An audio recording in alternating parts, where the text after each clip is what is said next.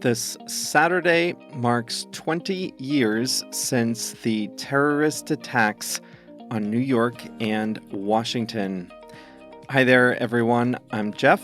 JR is the producer, and this is lesson 397 of Plain English, and that means you can find the full lesson at plainenglish.com/397.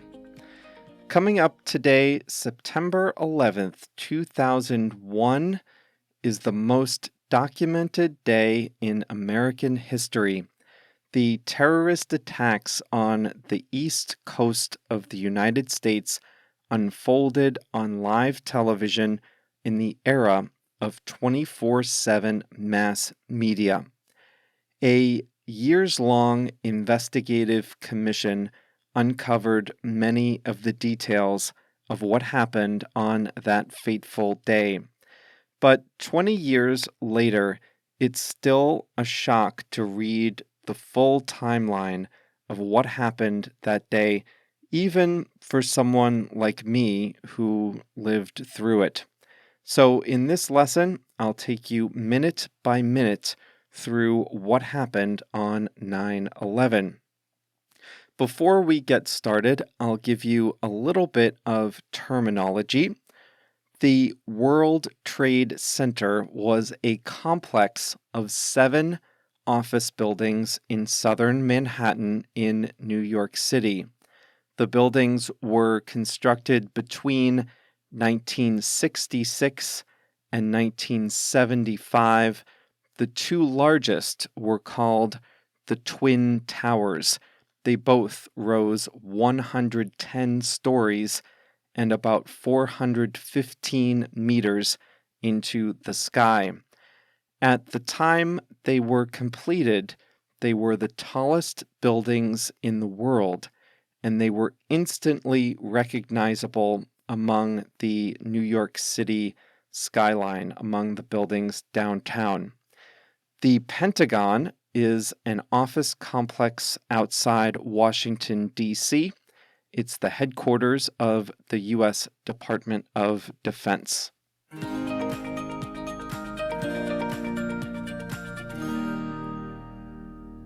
Tuesday, September 11th, 2001, was Election Day in New York City. At 6 o'clock a.m., polls opened for the city voters to choose their new mayor. Rudy Giuliani was to leave office after serving 2 terms at the helm of America's largest city.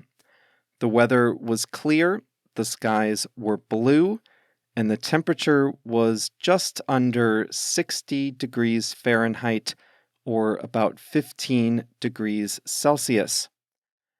At 7:59 and 8:15 a.m., 2 flights took off from Boston, both heading for Los Angeles. They were hijacked just minutes after they took off.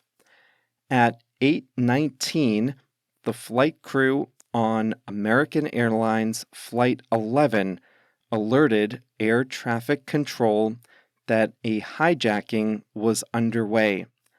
The military was alerted, and jets were scrambled to follow the airplane. At 8:46 a.m., at the start of the workday, Flight 11, with its 76 passengers, 11 crew, and controlled then by 5 hijackers, crashed into floors 93 through 99 of the North Tower of the World Trade Center. It was loaded with enough jet fuel to last the trip across the country to the West Coast. Hundreds of people were killed instantly in the explosion, including everyone on the plane. The tower burned, emitting a plume of gray and black smoke from the top of one of New York City's most recognizable buildings. President George W. Bush was notified 4 minutes later. His advisors and much of the world watching thought it was a terrible accident. At 8:59, the police ordered an evacuation of both of the twin towers. Soon after the first crash, live television coverage from news helicopters began to show the fire burning high above the streets of Lower Manhattan. And that's when the second LA-bound plane from Boston approached New York. At 9:03 a.m., the world watched on television as the second plane flew low over the city, took a deliberate turn, hit the South Tower between floors 77 and 85, and exploded in a ball of orange fire and black smoke.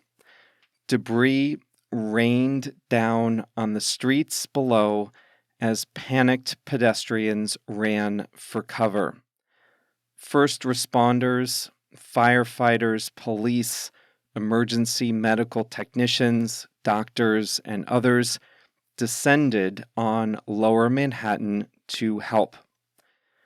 There was more. At 9:37 a.m., a plane crashed into the west side of the Pentagon, causing part of the building to collapse. That was in Washington, D.C. Domestic flights were instructed to land immediately. Over 500 international flights were either turned back or diverted to Canada or Mexico. Meanwhile, in New York, the fires high above the city continued to burn. Firefighters and first responders attempted to evacuate the entire World Trade Center complex and fight the fires. They went up into the Twin Towers to help people stuck in elevators and stairwells. They were making sure the floors were evacuated. But building engineers watching the scene on TV feared for the structural integrity of the buildings. They knew the buildings couldn't stand forever with intense fires burning on the top floors. They feared a collapse. And then it happened. At 9:59 a.m., the South Tower fell in on itself from top to bottom after burning for just 56 minutes. A 110-story building was flattened. Only a portion of the exterior structure remained standing. The collapse took 10 seconds and happened on live television. The attacks from the air were not over. Just minutes later, at 10:03 a.m., another hijacked plane crashed in the rural town of Shanksville, Pennsylvania. That flight, United 93, was the only one to miss its intended target. Passengers and crew on that flight were aware that previous planes had been hijacked and used to attack the World Trade Center. They wrested control of the flight from the hijackers and purposely crashed the plane into an empty field to avoid any additional casualties. The organizers of the attacks later stated Flight 93's intended target was the U.S. Capitol building. The Flight 93 crash was the last of the 4 hijackings that day. though at the time there was no way of knowing it was over.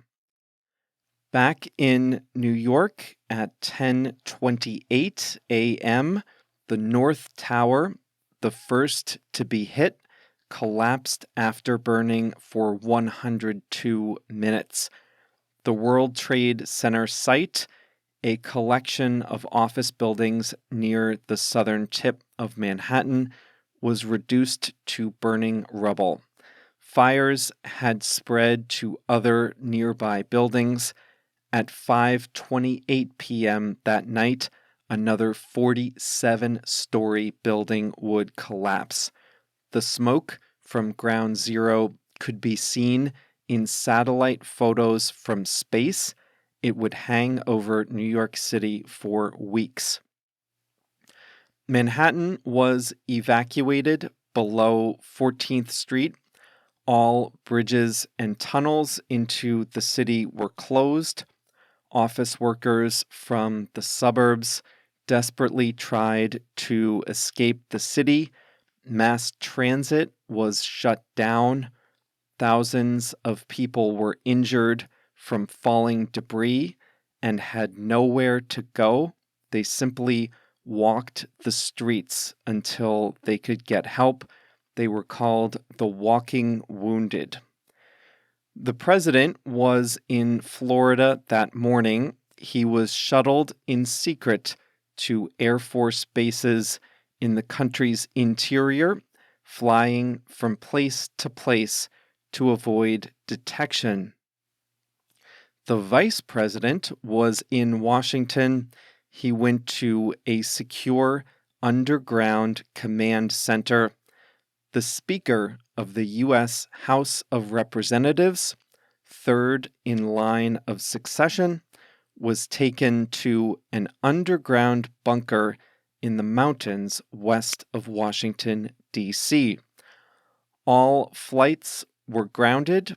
The U.S. government said they would shoot down any aircraft over American skies, and they meant it. When the president returned to the White House that evening, the vice president was evacuated to an undisclosed location so that the two would not be in the same city at the same time. The president addressed the nation from the Oval Office at 8:30 p.m., calling the attacks that day the very worst of human nature. The final death count would not be known for a while, but 2,977 victims died either on the planes or on the ground. Over 3,000 children were left without parents.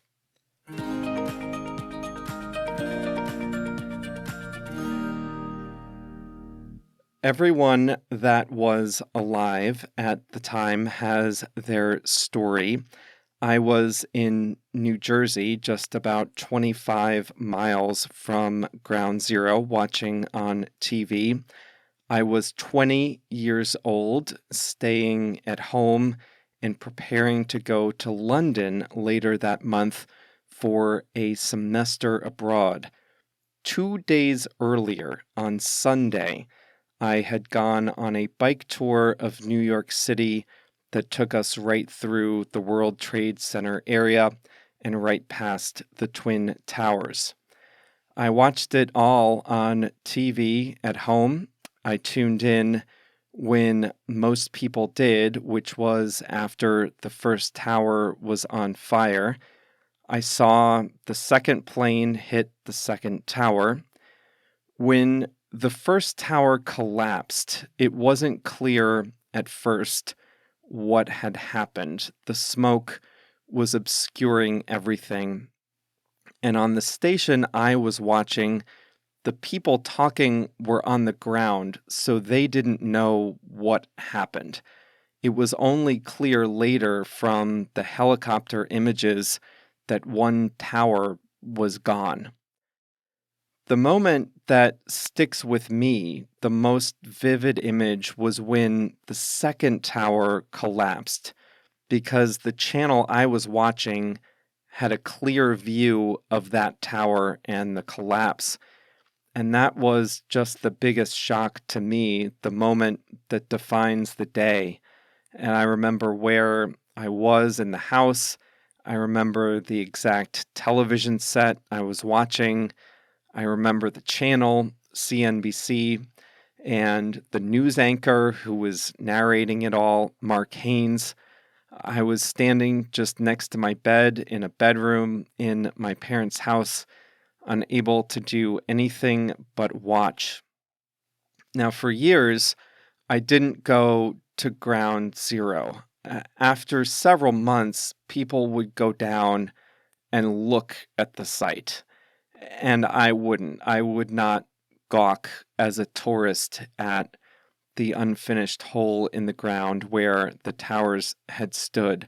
But eventually, they built a memorial to the towers and a museum underground called the 9/11 Memorial Museum, which is an excellent museum.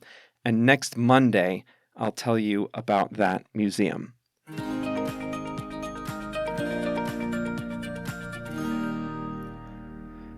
Today's expression is wrest control, and wrest is W-R-E-S-T. To wrest control is to gain control of something, usually by force.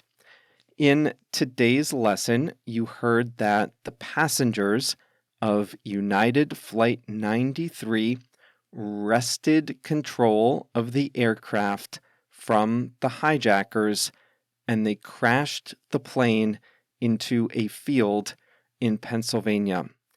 The passengers on this plane knew the hijackings were being used for terrorist purposes, and they didn't want their plane to be used to hit another target. So they fought back against the hijackers, gained control of the plane, and crashed it into a field instead. It was a remarkable act of bravery. They wrested control of the plane. In many cases, you wrest control of an object from another person. In lesson 215, I talked about how a man with a knife threatened people attending a conference in London. Several bystanders forced him outside and pinned him down.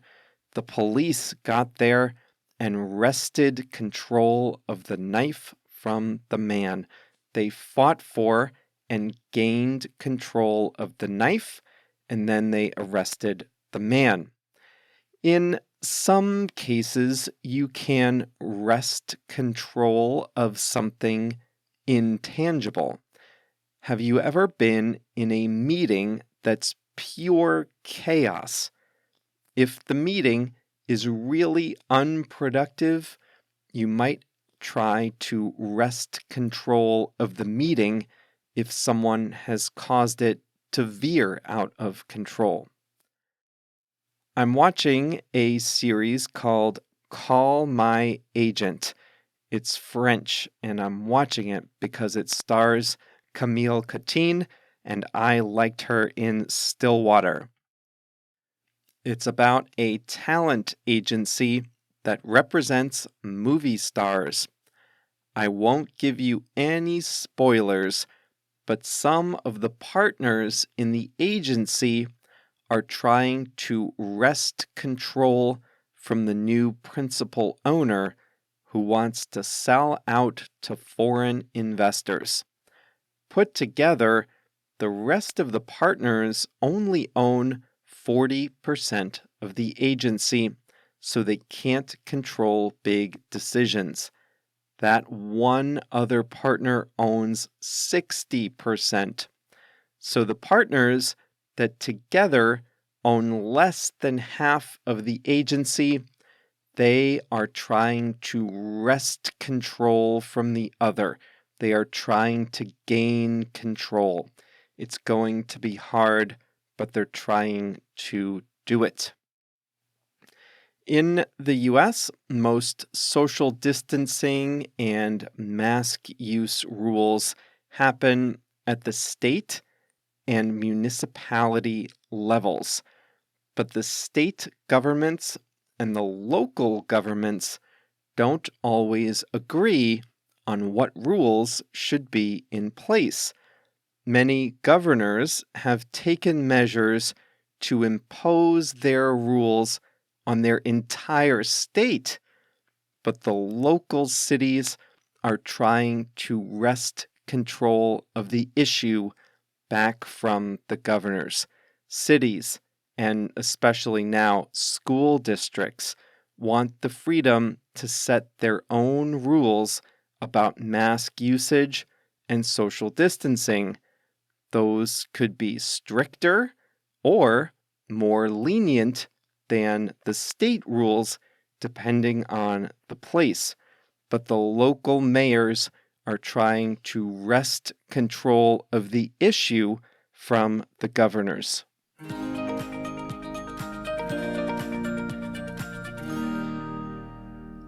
It's Thursday, so we have a song of the week from JR. This time he picked Love Fool by the Swedish rock band The Cardigans. You've probably heard of it. I Don't Care About Anything But You, the lead singer Nina Persson sings. It's the 1990s movie adaptation of Romeo and Juliet, and it also appears in the movie Cruel Intentions. Well, if you have never seen that movie United 93, I highly recommend it. We talked a few weeks ago about movies inspired by true stories, but this was a very rigorously researched movie that pieces together all the available evidence to tell the most likely story of what happened on that flight.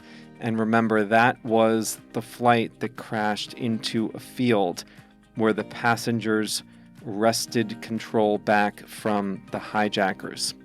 Well, that's all for this Plain English lesson number 397.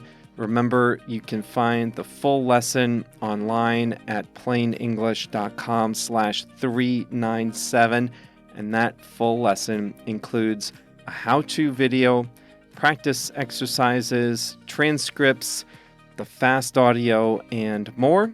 We'll be back again on Monday when we'll talk about the 9/11 Museum in New York City. See you then.